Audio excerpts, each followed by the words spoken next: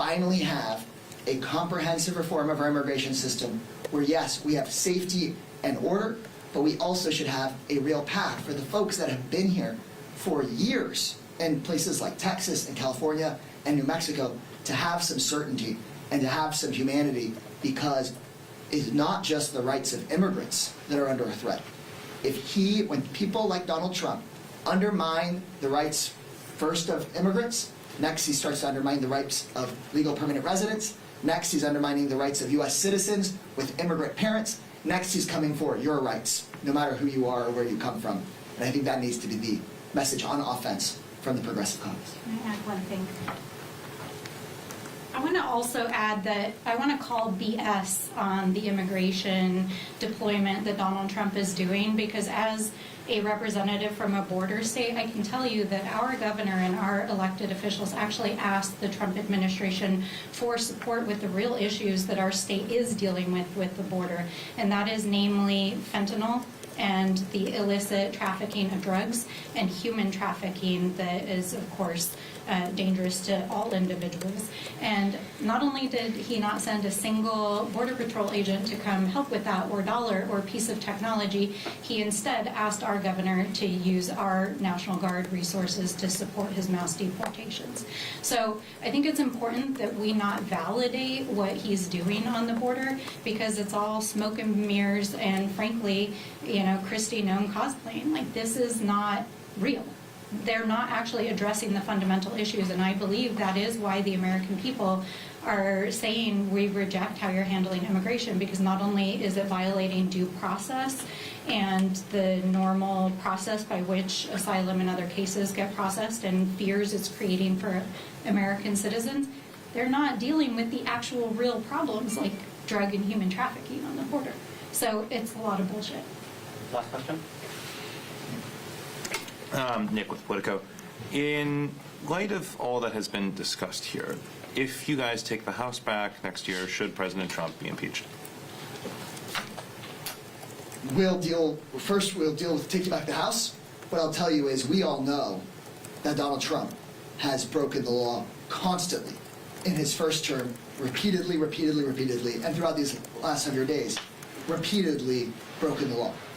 What we, I think, need to be committed to doing is hitting him where it hurts and making sure that instead of going and saying, okay, Jim Jordan, why don't you determine the witnesses and the evidence, instead for us to actually have the truth come out and make it very clear on our terms how it is that Trump is failing the American people by jacking up their costs, by firing veterans, by undermining due process, by threatening every single person's fundamental rights, by enriching these guys while having you pay for more and more.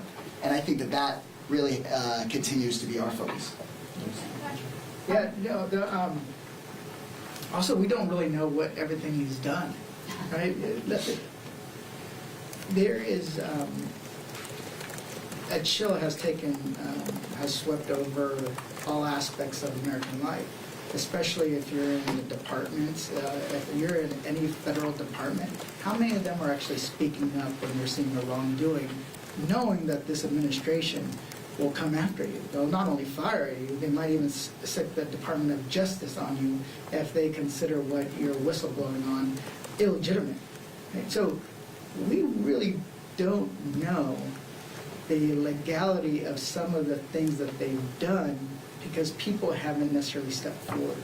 And when we take back the House, I'm predicting we're going to see a flood of whistleblowers coming forward, coming to the House and saying, this is what happened, this is what they did, this is how they stole from the American people, that we're going to be inundated. And we will have to make a determination of what course of action we take at that moment. But one of the things I want to stress is nobody should, no egg joke, no pun intended, but people shouldn't count their chickens before they're hatched. We still need to mobilize, energize, and educate the public to win them on our side. There's no guarantee we're going to win the House back. And if people are already thinking that, then we've already lost. So people should be sober and talk to people where they're at and on the issues that they are dealing with, the pain they are dealing with. Because if you miss that, if you don't focus on that, then then they're gonna say, see, Democrats don't have the priorities of the American people. They're always trying to do what's best for them, not for us. A couple of data points. I'm just going to add a couple of data points. One, why do we think Donald Trump is preparing to be impeached?